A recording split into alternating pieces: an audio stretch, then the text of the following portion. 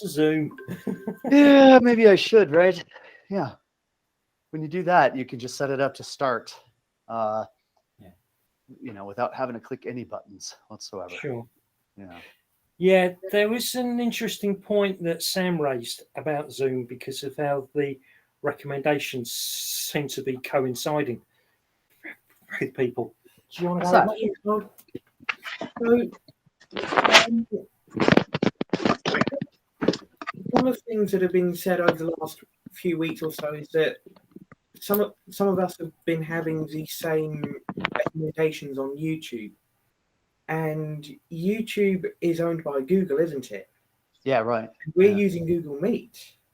Yeah. So maybe They are looking at her meetings. Yeah. That's what you're saying. Yeah. Yeah. Okay. So, All right. I mean, it's just a consideration. But... Sure. If there's a concern, I'm happy to switch. I didn't catch it in time, and Zoom billed me anyway, so I have it for another year. Right. Fine. Might as well. Yeah. It is easier to use. Yeah. Okay. Right. Next one will be on Zoom. So look for a cancellation, okay? Yeah. Because of the way that it works, I probably just need to redo it. So listen, please. I'm going to approach today a bit softer than usual, and probably a bit softer than yesterday. Or as my lady would say, softlier. Yeah, I have my own vocabulary. She has her own vocabulary. Softlier. Okay. We're gonna go after or quicklier. Yeah. We're not gonna go quicklier, we're gonna go softlier today. Yeah. And I want to start off with a bit of an example. Can you see this in my hands here? You all see that? Yeah. Yes. Yeah. What is that? What is it? A seed. Is it a seed? That's good peanut? news. Tiny Huh? pebble. A peanut? Do you want to see again? I'll show another one. I have a handful of them here. A bean. Yeah, right. It's a bean. Okay, let's see. Let's have everyone mute themselves unless you're ready to speak, only because I'm getting some feedback here. Wonderful, thank you. Yeah. The reason why I brought these today is because I want to start off with a bit of an analogy. I feel like it has been and is my job to convince a handful of seeds that they're not rocks, but they're actually seeds. Okay? Now, if you catch the analogy, you all are the seeds, and I'm trying to convince you that you're not stones, you're not pebbles, you're not rocks. See, I'm holding here, but it's in the wrong area. Handful of these, okay? Now, the reason I say that is because in looking at a seed, you would never know what's really inside of it. Right? You would never guess. I used this analogy 2 weeks ago. I said, if you came from a planet that had no seeds and trees and things like that, then and someone showed you a seed and said, look, this is also that, you wouldn't have the correlation, would you? Great. Welcome, John. Welcome, Sachin. Welcome. Yeah. So do you understand where I'm going with this? Is that what do you suppose this work is really about? Because I think I have a different perception than most of you might. Do you think it's about struggle? Because I don't. Do you think it's about learning everything you possibly can from a occult and esoteric standpoint? Because I don't. Do you think it's a journey? Well, maybe. Depends on what you mean by a journey. But I don't.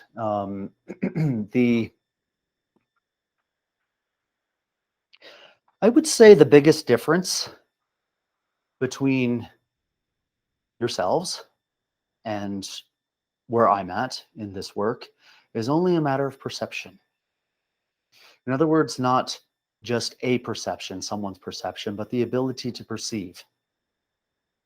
It's just a difference in perception. You see, if you think about it from the standpoint of God only knows how long this bean has just been a bean, you know? I mean, they last for a heck of a long time, don't they? In a package. Yeah, could last for tens, dozens of years, right? Before it kind of goes stale. Probably longer, I would guess. It just doesn't know that it's a bean, right? It just, I mean, in this current state, it thinks it's just not much more than a rock. Yeah, it doesn't have that perception.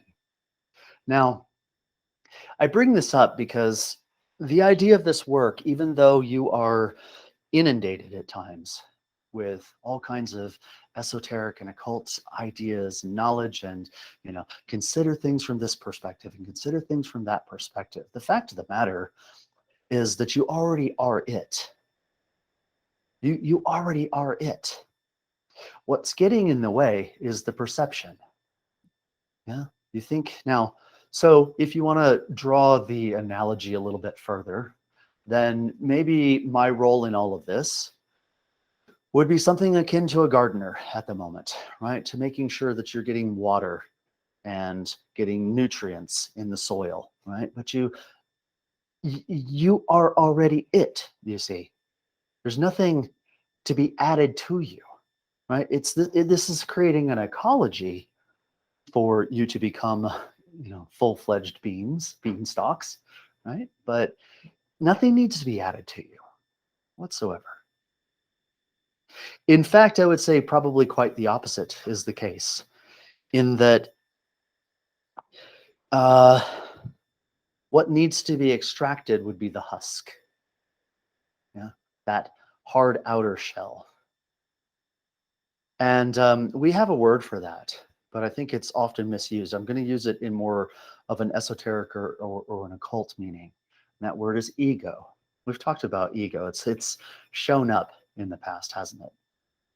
I don't think people understand what it is and where it comes from. We had one interpretation of it a few weeks ago having to do with, movement towards God. And then, if you recall, I drew an egg, up on the chalkboard, and it was the idea of kind of this aspect of eating something, all right, this sort of diminishment of something. One perception that I want to share today is really along the lines of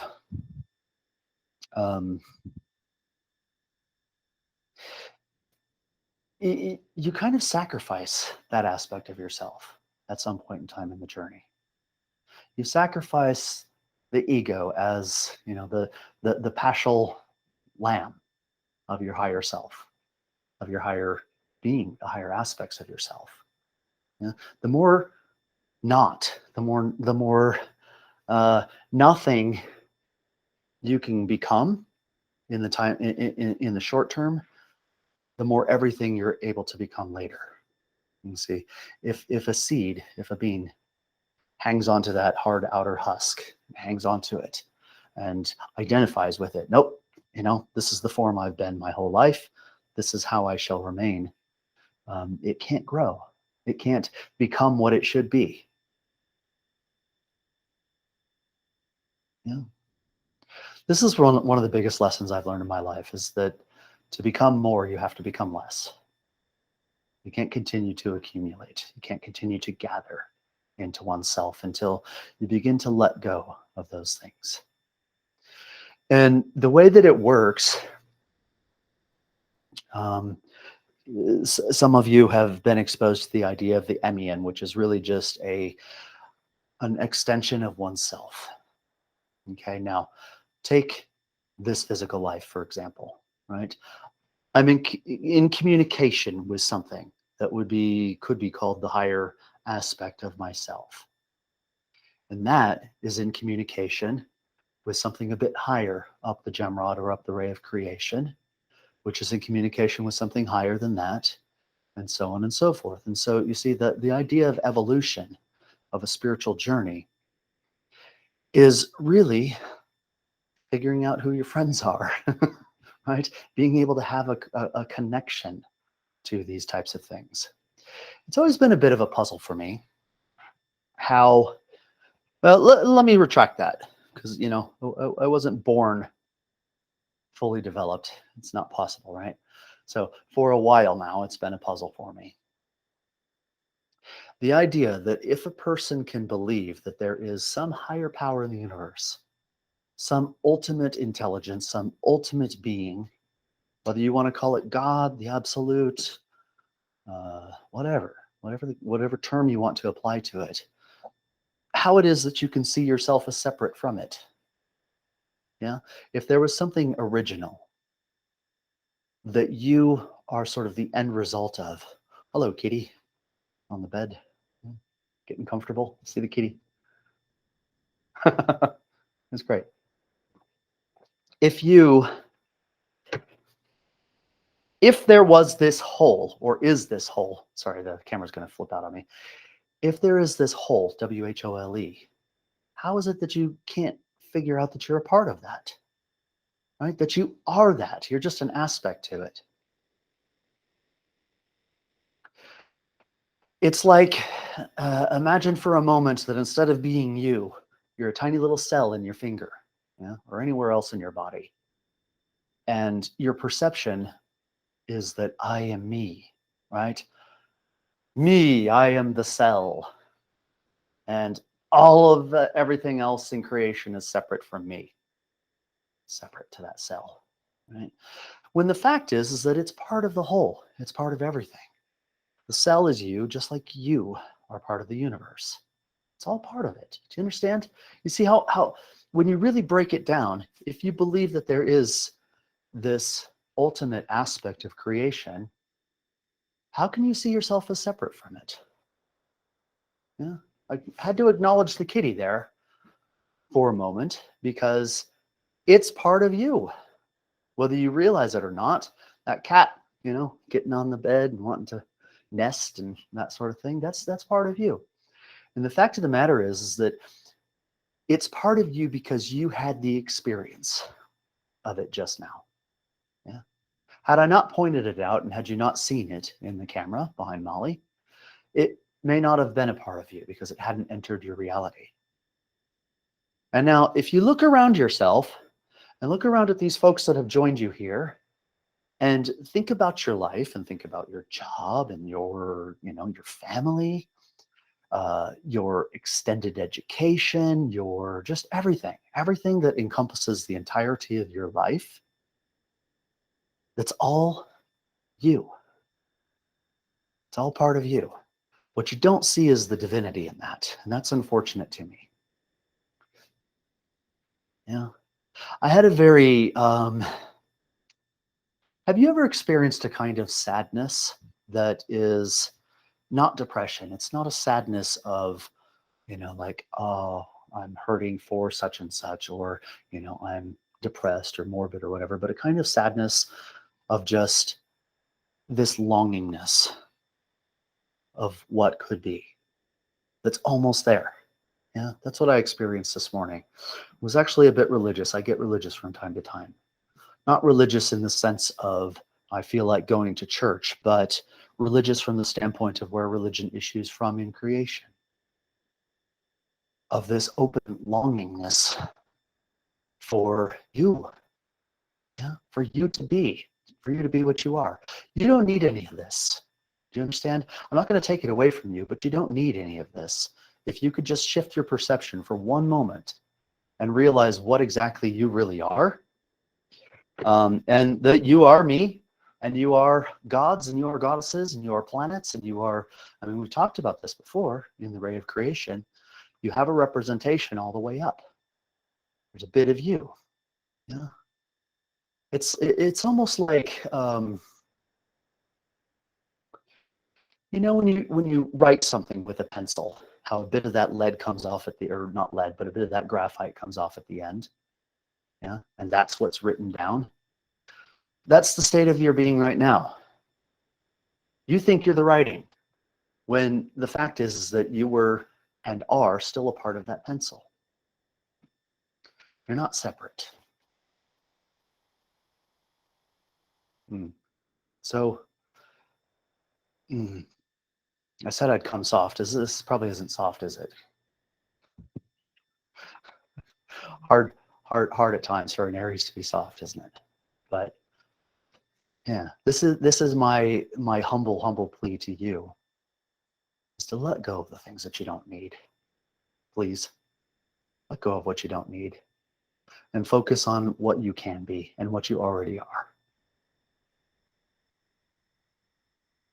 I thought to myself this morning, before kind of coming down here and getting the atmosphere and environment set up, that maybe it would be best if I approach every meeting that I have with you as though it were the last, right? So that one of these days, when it is the last, yeah, because time comes for all of us, doesn't it?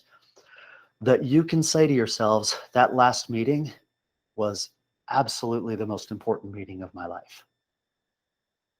Yeah, so that you can walk away from every single meeting, if possible, and say, if I never have another meeting again, this is the one I'll remember. This is the one I needed. Otherwise, I'm not really doing my job well, am I, as a gardener?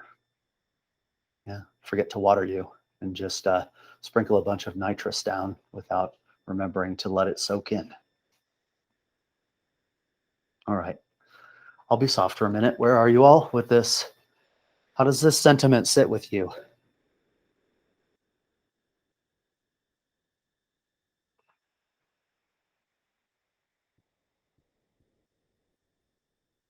I'll stop pitching. All right, pitching, P-I-T-C-H. Not to be mistaken for another term. I'll stop pitching for a minute. Where does this sit with you? How does this sit? Well, that was a bit heavy. In what way? I know it just felt heavy. That bit. Yeah. Hopefully not in a depressing way, though. No, Was no, it? not in a depressing way. Just heavy. You go further than that? No. Okay. Yeah, Sam, I'll help with that a bit. I understand the heaviness because that's how what you're feeling right now is what I've been feeling this morning with the idea. So I use the term religion. Religion is being hit by a bus. Did you know that? Religion is walking across the street and being hit by a bus. What I mean by that is that it impacts your life. Yeah? If it doesn't impact your life, if it's theoretical, it's not religious. If it actually sits with you and holds on to you for a time and alters what you are, or that's a bad way to put it, isn't it?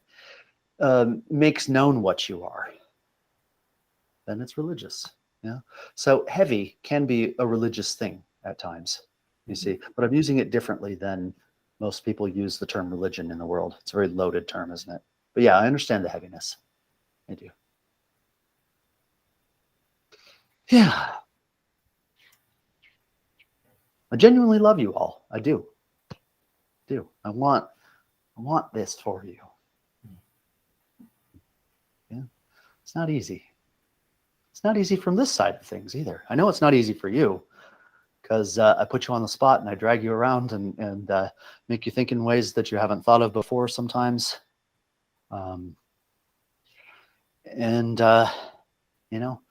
Truth be told, I'm just like you.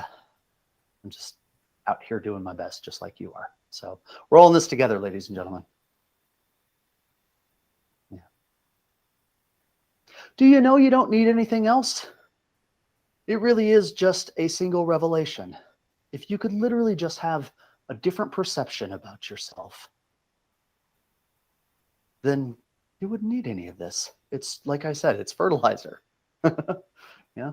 It's tilling, it's watering, all of those things.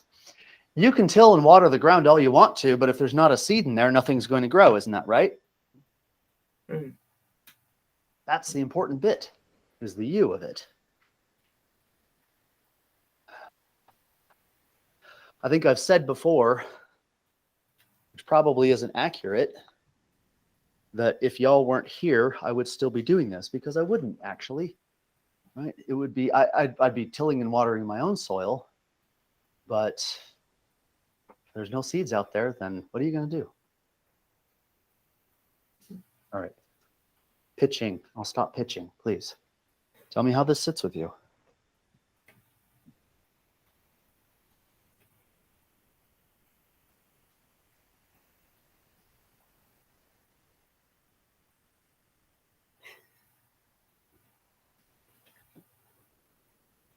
Or it can just sit with you if you want. There's no pressure.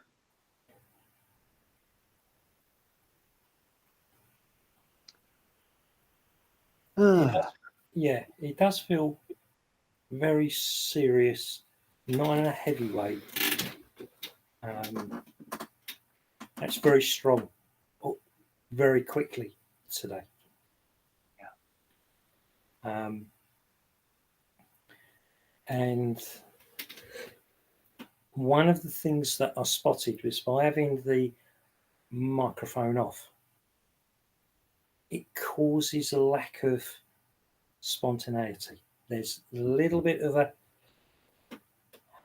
consciousness that needs to be applied to make the step to turn the mic off. And yeah, I totally agree that if there's background noise, mics do need to be off.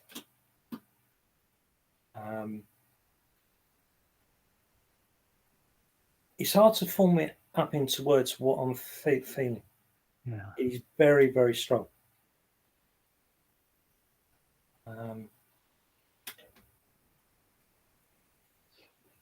It feels Mark, real. think of it from this standpoint. Let me help with something. Yeah, yeah. Right? Because I said earlier, looking around, right, the kitty and me, right, and your life and all of this. If it's really all a part of you, then ask yourselves a puzzling question for a moment. Why did you hear it just now? Ah, see, it's starting. Now you're starting to get it. You know, listen, I'm not saying I'm a figment of your imagination, but I'll tell you what you hear from what I say is. Because each of you might be hearing something slightly different for your own life. So that is you, okay? Whatever's sitting in you with regards to what was just said is exactly what you need at this point in time. And I know if you turn to Clarity or Sam or Molly or Jeff or anyone else in here, they're going to have a slightly different take on what was just said. Yeah. Expand yourselves, ladies and gentlemen, please. You are a universe. You just don't realize it, right? You're a universe in seed form. I love the analogy of a seed because every seed contains an absolute forest, doesn't it?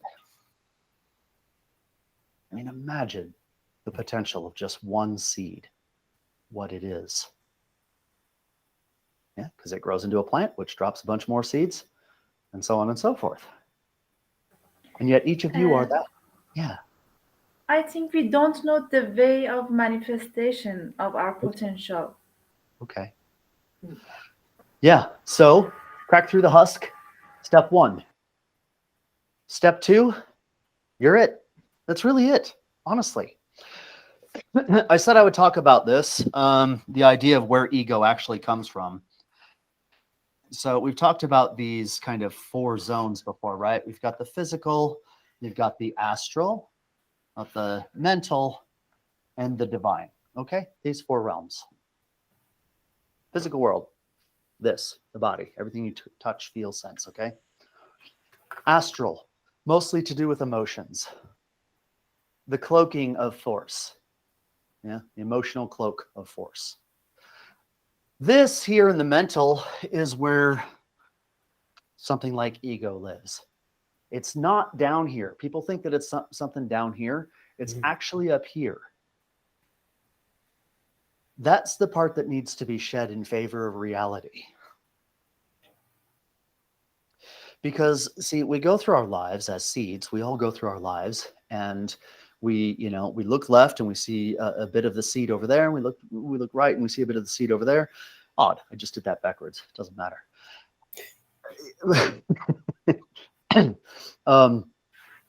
And we create this kind of reality around ourselves and say, this is my life. This is what it's about. This is what's in it. But inside, and that could be the ego, you see. Inside, though, there's the germ of what's actually real. And I said before that the difference is kind of more about what you're in contact with, what you're able to communicate with.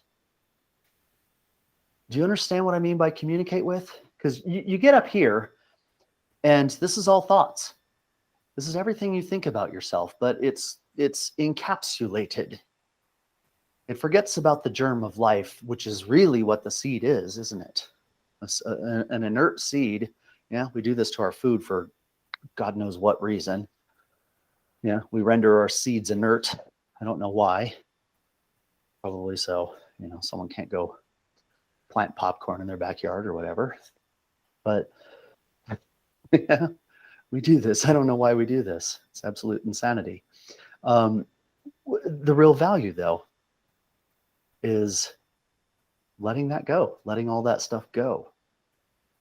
Yeah, the Buddhists are famous for it, aren't they? What are you? Yeah, they call them koans. What are you? And you think to yourself, I'm a body, and you meditate for a while, and nope, that's not it. Go deeper. What are you? See, it's a shedding. It's a shedding. They've got it right in that regard. Where the Western mind tends to get it wrong with respect to things like Buddhism and other Eastern derivations of way is the Western mind tends to become a bit morbid when it's told to let go of attachments. Start to lack joy in life. That's not what it's about. What it's about is removing the crust that isn't reality and coming to the core of something. Yeah. Did you know that, though? Did you know this is where ego sits? It's a high function. It's not down here. People think, ego, ooh, evil, get rid of your ego and be free without even realizing where it comes from. Yeah. Piers, Yeah. what that causes me to think is, if that's where the ego is, Yeah. then what is its true purpose? What is its what?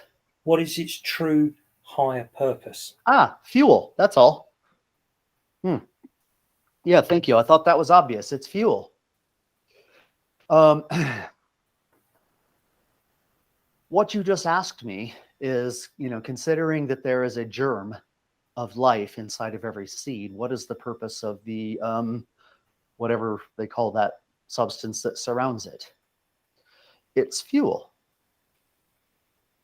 for growth. Now, you can take someone who's what we would culturally describe as simple. Yeah, someone who grew up in some rural place, doesn't have exposure to proper language, and may not be able to read. And you understand what I mean, right? I'm not being degrading to anyone. And yet they're often the most spiritual people you will ever find. Yeah, you take some Western educated Ivy League school person, eloquent, has great manners, all this type of stuff, and place them up on a mountain, and they just won't get it. They won't be able to see the reality of the situation, right? Because they have too much fuel surrounding. There's just the right balance that needs to be had. Now, I'm not saying don't be educated, because here's the other idea, is that someone who does go out into the world and collects the things, especially in childhood, collects all sorts of experiences and all sorts of bits and pieces from around them, and uses that at some point in their spiritual development journey as a fuel, they'll be able to go farther. Yeah, if they can get there. That's the thing. So the higher purpose of the ego is fuel. it gets burned off in the process. AKA personality. You know, aside from being able to perceive things slightly differently or from a different octave, the other thing is freedom. That's another difference. How free are you really in yourselves? Yeah. Can you do actually what needs to be done without shame?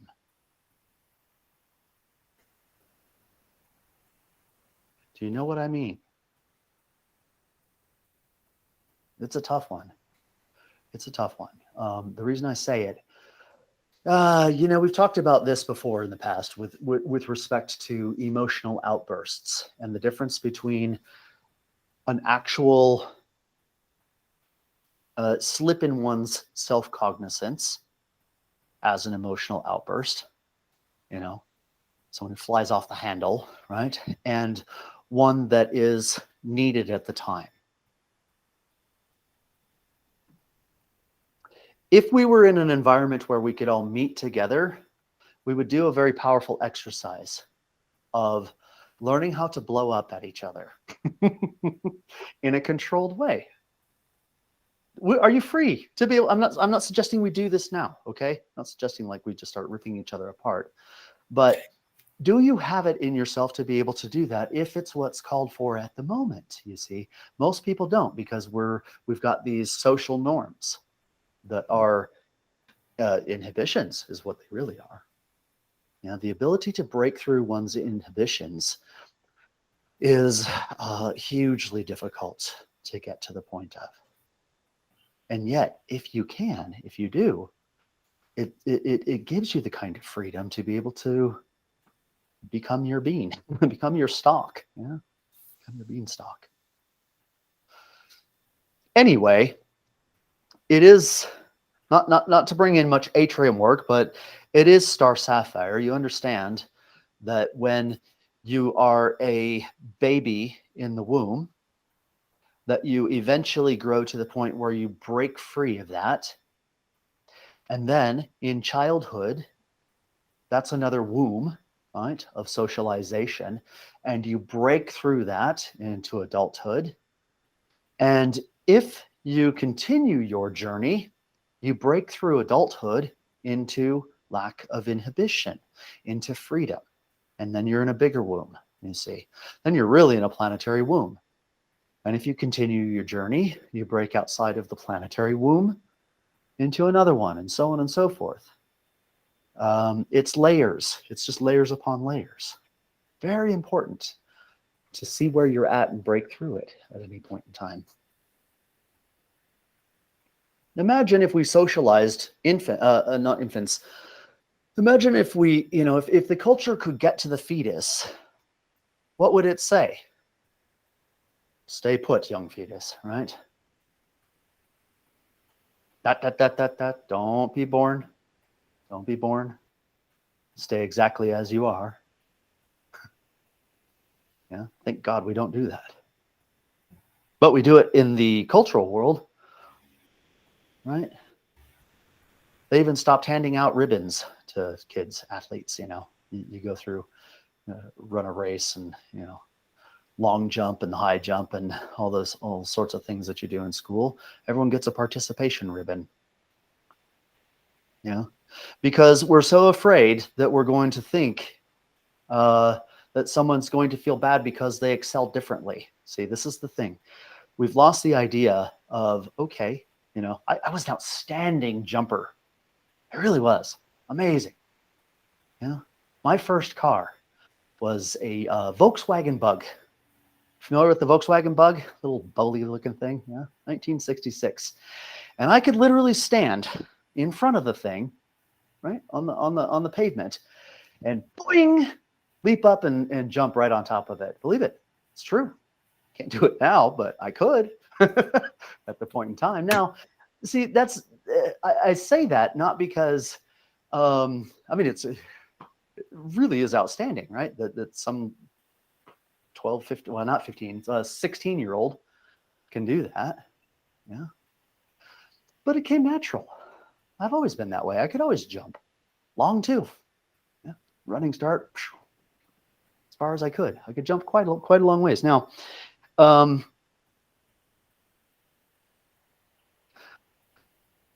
should a boy like that just get a participation ribbon? No. Because it's not, I don't own it, you see. I didn't study for it. I didn't train for it. I didn't, go to jumping school and every day for 7 hours after school, just practice jumping. I didn't do any of that. It just kind of came naturally, right? What I couldn't do was run a long race. I'm a short, right? Give me a short distance and I'll beat you there. But a long race, not really. And that's okay. That's how I'm wired. That's how this life showed up, to be able to do things like this and not do things like that. Now, does that make me lesser because I can't do that and greater because I can do this? No. Yeah.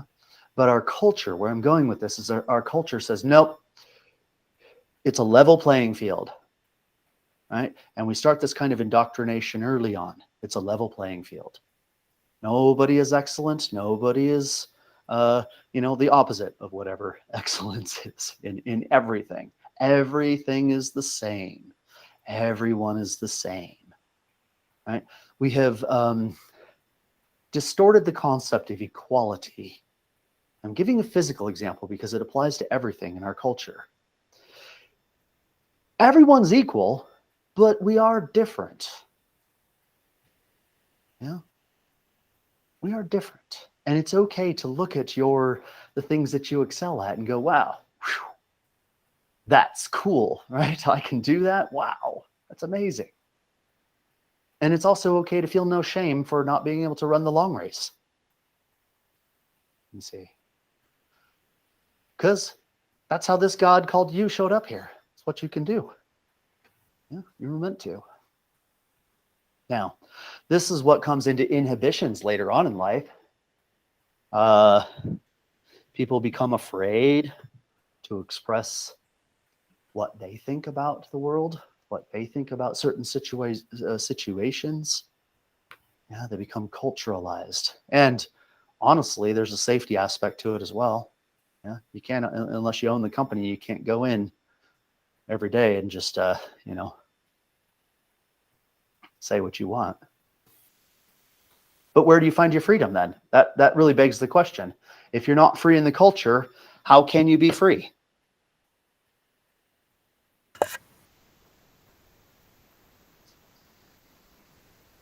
So, can I speak up? Yeah, please. Okay. So that freedom to say and, just to not have those inhibitions, more and more, I find myself in that freedom. And, to some people's dismay. That said, when I'm in those times where there is something I want to say, I recognize the freedom to choose not to, because I also recognize the other's freedom, and it's an engagement that I would prefer not to be in. Yes. So what you're saying, Jeffrey, is you find your freedom in the freedom of response, not in the cage of compliance. Yes. Yeah, that's right. That's how you do it. You got to be a bit sneaky and tricky in our culture. Yeah. Now, what's meant by freedom of response? Well, it's knowing what's called for in any particular situation. Yeah. I've had the uncomfortable honor, if you'll call it that, of speaking in front of 6 or 7 5-star or 4-star generals. Yeah, imagine, right? Yeah, culture would say, be intimidated. Yeah, be intimidated, right? That's what the culture would say, wouldn't it? being able to be free in oneself and still express oneself while being responsive to the situation. Yeah, that's what freedom is in this. It doesn't mean do whatever the hell you want to. Yeah, go ahead, Jeffrey. What I see in that is that you can choose to respect the situation, right? They've those are other slivers of life and consciousness, slivers of the whole, reflection of self as well. Yeah. And you choose. You also recognize that you've engaged in a system of rank, right? So those are generals, and they've achieved whatever it is, of that game that you play in the They're military. generaling. Yeah. Generally, right? Generally generals. So the thing is, you can respect the process that you communally have gone through, right? You've each signed up for that game, that engagement, and there's still a slice of human, no greater, no less than yourself. Yeah. So you respect the circumstance, you respect the humanity, and then you make your choices. And yet, you're absolutely correct. But there is an and yet. You know what the and yet is? Well, okay, and I don't mean this cynically, and yet none of it matters. Well, actually, you're right. If. So now we went from an and yet to an if.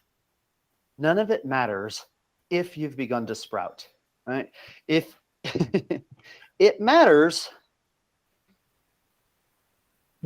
here, right? If it's just one seed and another, if this seed is higher up in the soil than the other one, it's going to sprout first and whatever, right? It's just the pecking order of things, isn't it?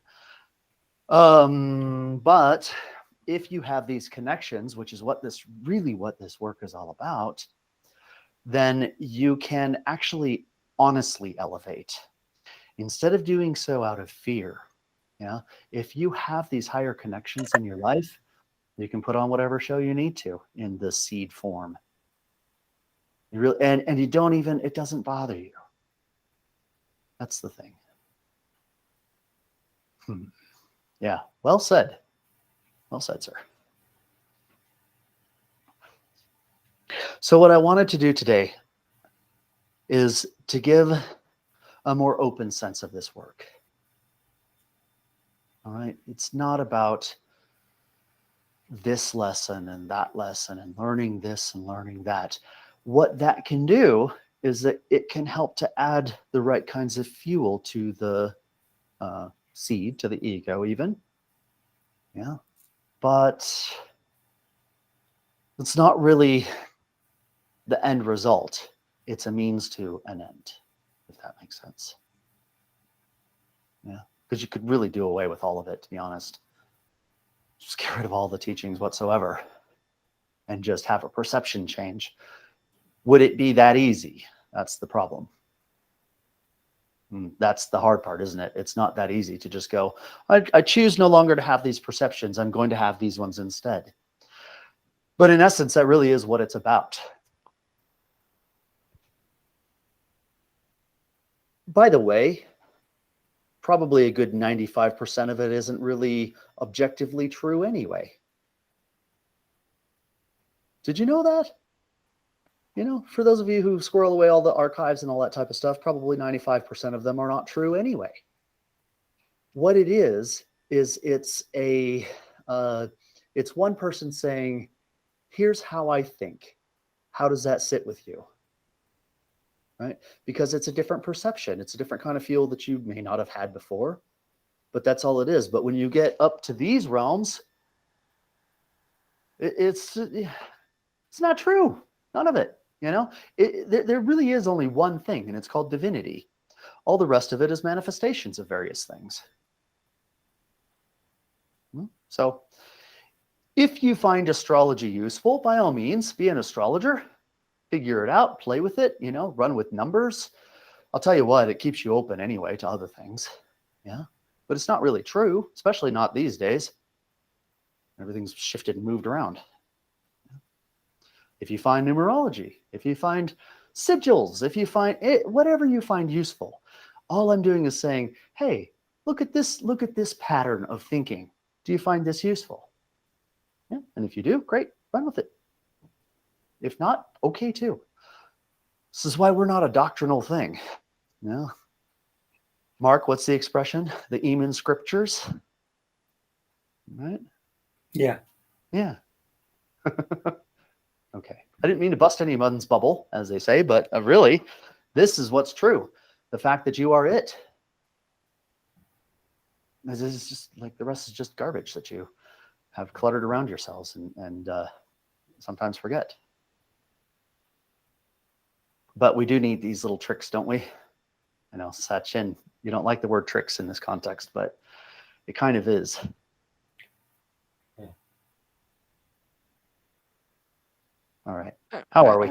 I don't have any problem with the word tricks. That's fine. Okay. Whatever is the need of the hour. That is Whatever that what? is- whatever is the need of the hour. Do Yeah. whatever it takes. And that's really what it is. Do what it takes. That's probably, Sachin just summed up the whole lesson for today. Do what it takes.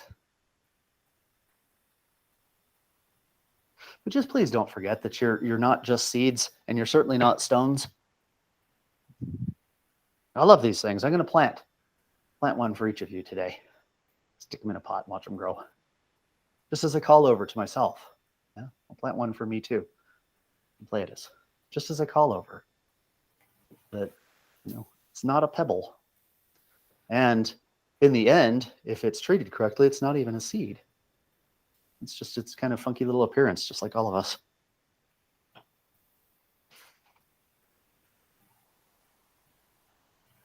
Well, so much for soft. I'm sorry, ladies and gentlemen. Softlier. Yeah, maybe softlier than yesterday. Are we good?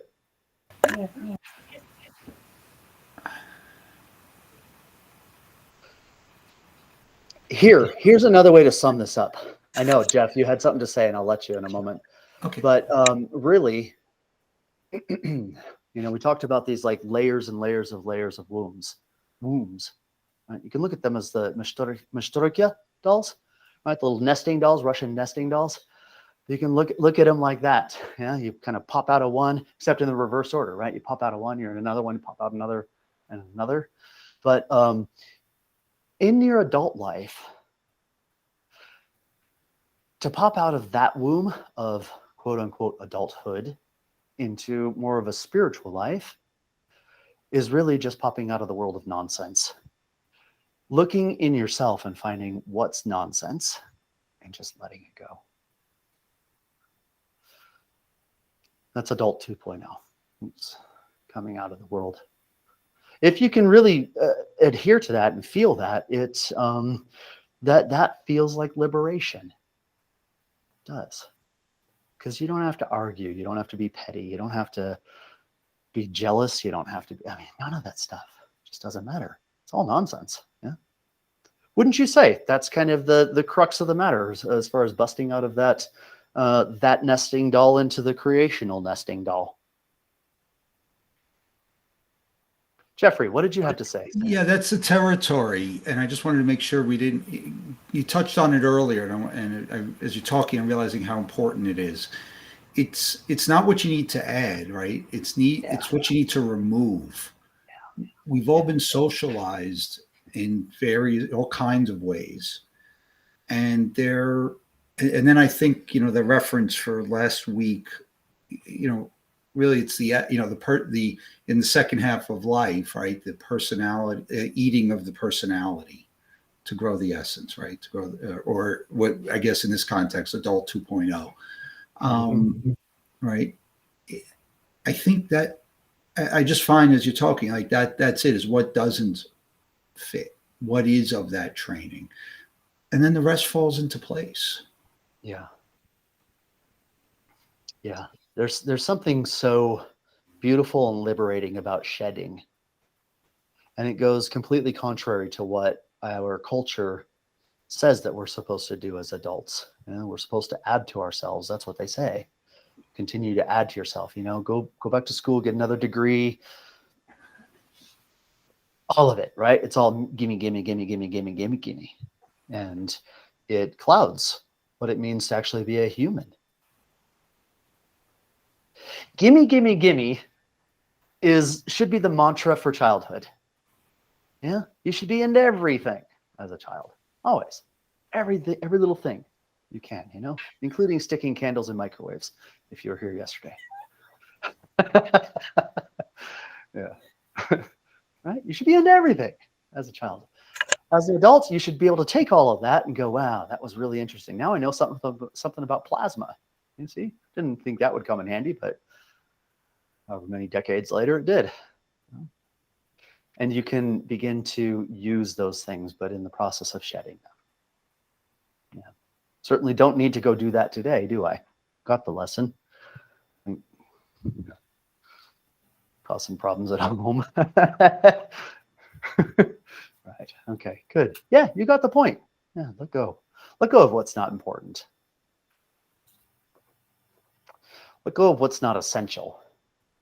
That's really it. Okay, are we happy to leave it here? This was my religious ramble for the morning. And you're right, Sam, it was heavy. It's more joy now because I've got it out and I've dumped it all on you. So you can now go take it out on each other. All right, very good. Okay, I think that's good. I think that's great. Yeah. Thank you all for coming. And let me stop recording. I'll give you a bit of an announcement.